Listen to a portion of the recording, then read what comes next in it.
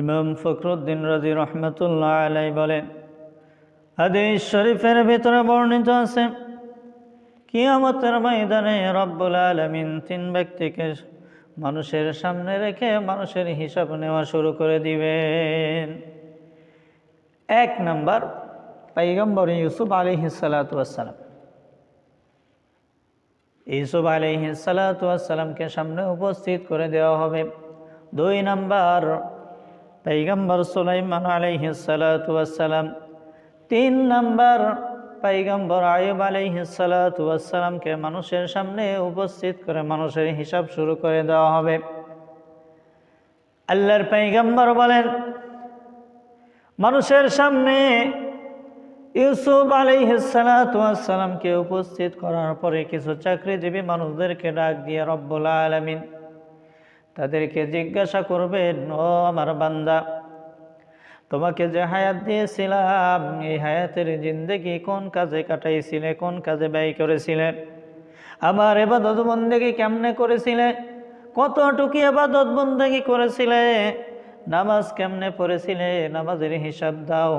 ও দুনিয়ার মুসলমান, রব্বুল আলামিন যখন ওই চাকরিজীবী বান্দাকে যখন উপস্থিত করে প্রশ্নগুলো করবেন, দুনিয়ার ওই চাকরিজীবী মানুষ, ওই ব্যক্তি আল্লাহ তাআলার কাছে ডাক দিয়া বলতে থাকবে, রব্বুল আলামিন, দুনিয়াতে চাকরি করতাম, দুনিয়াতে ব্যবসা করতাম, এর ঝামেলায় পড়ে আমি তো আপনার ইবাদত করতে পারি নাই।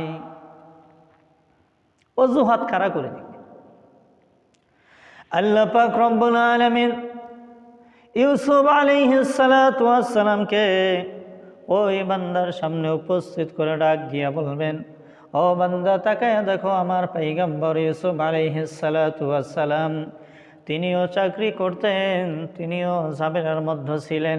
সুতরাং আমার পয়গম্বর ঝামেলার মধ্যে পড়ে চাকরি করা অবস্থায় তারপরে একটা মুহূর্ত আমার গোলামির থেকে সরে যাই নাই, দূরে সরে যাই নাই।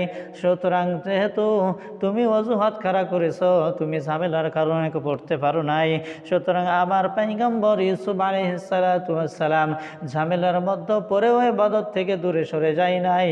আর তুমি ঝামেলার মধ্যে পড়ে অজুহাত খাড়া করে দিয়েছো, আমি আদায় করতে পারি নাই, আমি আপনার গোলামি করতে পারি নাই ঝামেলার কারণে। সুতরাং তুমি মিথ্যাবাদী, যাও, তুমি জাহান্নামে যাও। ওই বান্দাকে জাহান্নামে নিক্ষেপ করা হোক।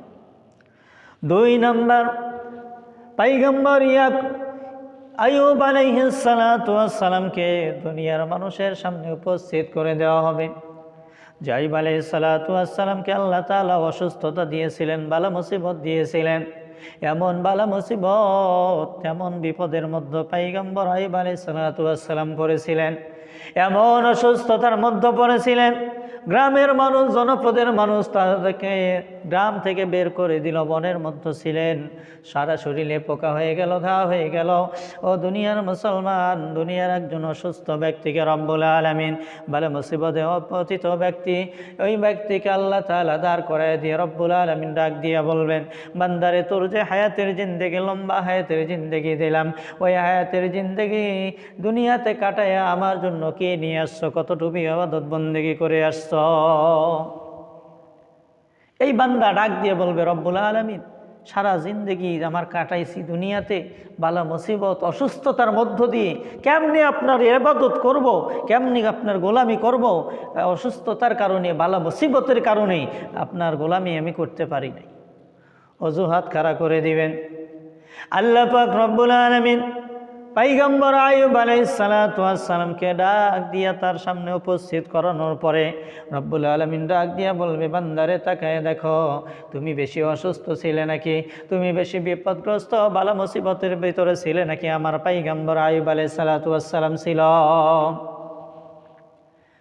ও দুনিয়ার মুসলমান, আইয়ুব আলাইহিস সালাতু ওয়াস সালামের যে অসুস্থতা ছিল, দীর্ঘ বৎসর ধরে তিনি অসুস্থতার মধ্যে ছিলেন। ওই বান্দা বলবে রব্বুল আলামিন নিঃসন্দেহে আইয়ুব আলাইহিস সালাতু ওয়াস সালাম আমার চাইতে বেশি বিপদের মধ্যে ছিল, অসুস্থতার মধ্যে ছিল। আল্লাহ পাক রব্বুল আলামিন সঙ্গে সঙ্গে ডাক দিয়া বলবে বান্দা আমার পয়গম্বর তোমার চাইতে বেশি অসুস্থতার মধ্যে ছিল, তারপরে একটা মিনিটের জন্য আমার গোলামি ছাড়ে নাই, ইবাদত ছাড়ে নাই, আমার হুকুম ছাড়ে নাই। সুতরাং তার চাইতে কম বিপদের মধ্যে পড়ে, অসুস্থতার মধ্যে পড়ে তুমি যে আমার গোলামি করতে পারো নাই, আজকে এই অজুহাত চলবে না। আল্লাহ তাআলা ঘোষণা দিয়ে দিবেন যাও তাকে জাহান্নামে নিক্ষেপ করে দাও। সম্মানিত হাজির, তৃতীয় নাম্বার, আল্লাহ পাক রব্বুল আলামিন তামাম পৃথিবীর মানুষদের সামনে পয়গম্বর সুলাইমান আলাইহিস সালাতু ওয়াস সালামকে দাঁড় করায় দিবেন।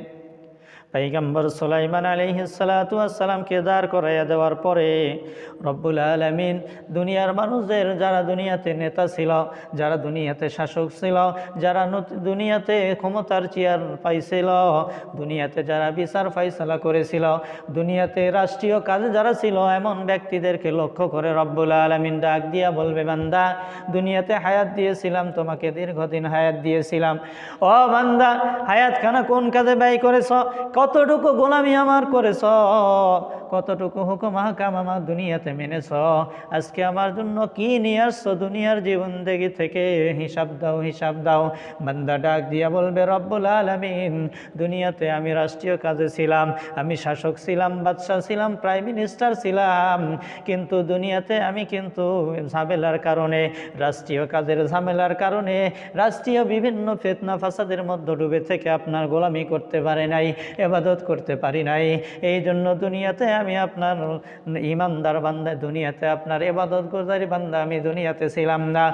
আল্লাহ পাক রব্বুল আলামিন পয়গম্বর সুলাইমান আলাইহিস সালাতু ওয়াস সালামকে ওই বান্দার সামনে উপস্থিত করে দেওয়ার পরে রব্বুল আলামিন ডাক দিয়া বলবে বান্দা তুমি কয়টা দেশের প্রধানমন্ত্রী ছিলে, কয়টা রাষ্ট্রীয় ক্ষমতার অধিকারী তুমি ছিলে, বলো তো, বলো বান্দা বলো। আল্লাহ পাক রব্বুল আলামিন তামাম পৃথিবীর রাজত্ব করাইছিলেন সুলাইমান আলাইহিস সালাতু ওয়াস সালামকে দিয়ে। অর্থাৎ তামাম পৃথিবীর বাদশাহ আল্লাহ তাআলা সুলাইমান পয়গম্বরকে বানাইছিলেন। এই পরে বান্দা ডাক দিয়ে বলবে রব্বুল আলামিন আমি তো একটা দেশের প্রধানমন্ত্রী ছিলাম, প্রাইম মিনিস্টার ছিলাম, অথবা একটা ইউনিয়নের নেতা ছিলাম, বা একটা দুইটা থানার অর্থাৎ এমপি ছিলাম, মন্ত্রী ছিলাম, এইরকম ছিলাম, কিন্তু আমি তো সারা বিশ্বের সুলাইমান আলাইহিস সালাতু ওয়াস সালামের মতো এত বড় শাসক ছিলাম না। আল্লাহ পাক রব্বুল আলামিন ডাক দিয়া বলবে বান্দা এত ক্ষুদ্র শাসন ক্ষমতা পাওয়ার পরেও, সামান্য একটা দেশের প্রধানমন্ত্রী অথবা এমপি মন্ত্রী হওয়ার পরে, অথবা মেম্বার চেয়ারম্যান হওয়ার পরে তুমি যে ঝামেলার অজুহাত দিয়ে আমার গোলামির থেকে দূরে সরেছিলে, আমার ইবাদত বন্দেগী তুমি করতে পারো নাই, এইটা তুমি মিথ্যা অজুহাত আজকে দিতেছ। অথচ তাকে দেখো আমার পয়গম্বর সুলাইমান তামাম পৃথিবীর রাজত্ব পাওয়ার পরেও, রাষ্ট্রীয় কাজের ঝামেলার পরেও আমার ইবাদত থেকে, গোলামির থেকে দূরে সরে যায় নাই। সুবহানাল্লাহ। আল্লাহ পাক রব্বুল আলামিন সঙ্গে সঙ্গে ওই বান্দার ফয়সালা দিয়া দিবেন। কি ফয়সালা? দুনিয়ার মানুষ শুনে নাও, আল্লাহ তাআলা ঘোষণা দিয়া দিবেন এই বান্দা যে অজুহাত দিয়েছে, সুতরাং এই অজুহাতে কোনো কাজ হবে না, জাহান্নামে নিক্ষেপ করে দাও। বলেন নাউজুবিল্লাহ।